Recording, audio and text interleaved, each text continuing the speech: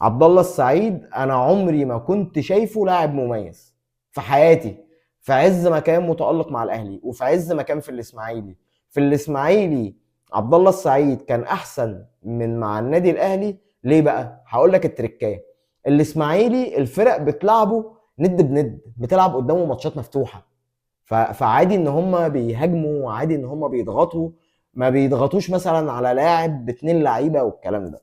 فعشان كده عبد الله السعيد كان باين قادر ان هو يسلم ويستلم، يجي له واحد فيرقصه. عبد الله السعيد ما بيعرفش يعدي اتنين، عبد الله السعيد بيعرف يعدي من لاعب واحد بس، ومش دايما. ولو لاعب قوي يعني قوي البنيان كده وعبد الله يخاف ان هو ممكن يكسره او يخش عليه تدخل غشيم، بيكنه وبيروح مباصي الكرة لورا. فده ما كانش بيحصل قصاد الاسماعيلي. اللعيبه كانت بتيجي مترقصه، فهو بيروح مرقص ورافع، مرقص ومباصي، مرقص وشايط، مرقص وعامل ثرو. فده قوه عبد الله السعيد. لكن مع الاهلي وفي نفس الوقت مع المنتخب، يعني في يوتيوبر كده من اليوتيوبرز الاهلاويه اللي انا بحبهم وبتابعهم، كان بيتكلم في النقطه بتاعه ان عبد الله السعيد كان بيلعب بالمسطره وبالورقه والقلم مع الاهلي. وان هو عبد الله السعيد النسخه بتاعت عبد الله السعيد مع الاهلي غير نسخه عبد الله السعيد مع الاسماعيلي. لا، هو عبد الله السعيد بالنسبه لي انا من وجهه نظري هو نسخه عبد الله السعيد في الاسماعيلي، هي نسخه عبد الله السعيد مع الاهلي، هي نسخه عبد الله السعيد مع منتخب مصر.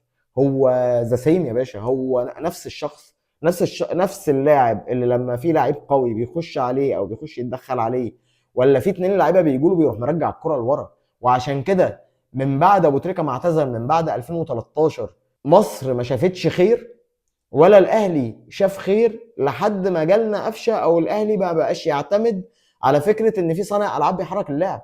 لان عبد الله السعيد لاعب محلي، ما خدش ولا بطوله مع المنتخب، وما خدش ولا بطوله عدله مع الاهلي، بعيدا عن الجيل التاريخي للنادي الاهلي او الجيل الذهبي للنادي الاهلي. مفيش بطوله كده نقول ايه دي بطوله عبد الله السعيد، او عبد الله السعيد هو اللي ساهم فيها وجاب الجوان. ما خدناش غير الدوري والكاس والسوبر يا معلم والله.